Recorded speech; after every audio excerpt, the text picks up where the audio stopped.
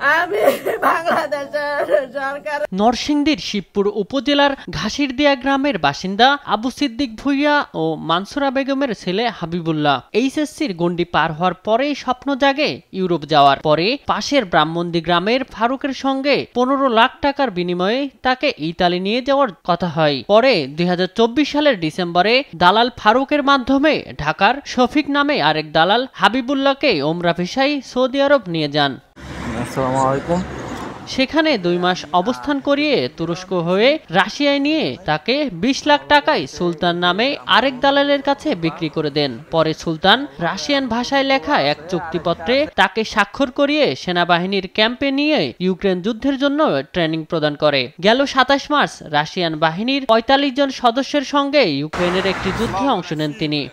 পরে ইউক্রেনীয় বাহিনীর অতর্কিত হামলায় মারা যান হাবিবুল্লাহ। ওদেরকে সৌদি আরব নিয়েছে, তারপরে ওইখানে উমরা করাইছে। উমরা করানোর পরে ওইখান থেকে তুর্কি নিছে। তুর্কি নেওয়ার পরে ওইখান থেকে রাশিয়া ঢুকাইছে। রাশিয়াতে ঢুকানোর পরে ওইখানে নাকি ওরা অ্যারেস্ট হয়েছে। অ্যারেস্ট হওয়ার পরে বলতেছে দালালে বলার পরে ওইখানে রাশিয়ার আর্মিতে একটা রাশিয়ান ল্যাঙ্গুয়েজ একটা পেপার ছিল, ওইটাতে কন্ট্রাক্ট পেপার ছিল 1 বছরের, ওইটাতে সিগনেচার করাই ফেলছে। মানে ওরা এই ভাষা বুঝে নাই। আবার রাত্রে প্রায় 10টার দিকে আমি ওরা কল দিছি, ঘরে বলতে যে ভাই হাবিবুল্লাহ তো মারা গেছে, হাবিবুল্লাহ তো আর বেঁচে নাই। আমার কথা হইলো এই দালাল ঘর প্রকৃতভাবে বিচারটা সরকারের কাছে আমরা চাই যে ভবিষ্যতে যেমন আর কোনো মায়ের ছেলে ঘরে এইভাবে তারা নাই ওরা। ছেলের মৃত্যু সংবাদে আর্তনাদ করছেন বাবা মা। আদরের সন্তানের এই নির্মম পরিণতি তারা কোনোভাবেই মেনে নিতে পারছেন না। তারা দায়ী দালালদের বিচারের আওতায় আনতে ও সরকারের কাছে ছেলের মরদেহ ফিরিয়ে আনার দাবি জানান। ইটালির লেগে ইউরোপের টেহা আমার কাছে নিয়া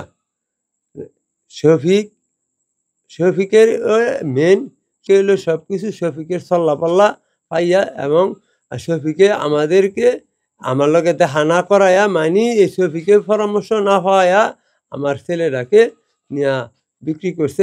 দালালের বিচার চাই আর আমার ছেলেকে আমার কাছে ফিরাইয়া দেখ সরকার। আল্লাহ আমি সরকারের পায়ে ধরি, আমি ডক্টর ইউনূসের পায়ে ধরি। জেলা প্রশাসক জানান, পরিবার বিষয়টি জানালে পররাষ্ট্র মন্ত্রণালয় সহ যারা এই বিষয়ে কাজ করে তাদের সঙ্গে কথা বলে প্রয়োজনীয় ব্যবস্থা নেওয়া হবে।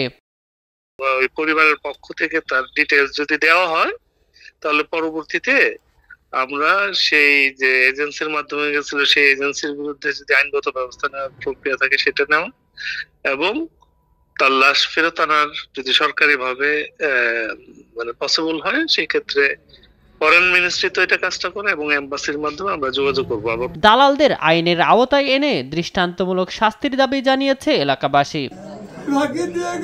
নিউজ ডেস্ক, দেশ টিভি। সরকারের পায়ে ধরি তাদের।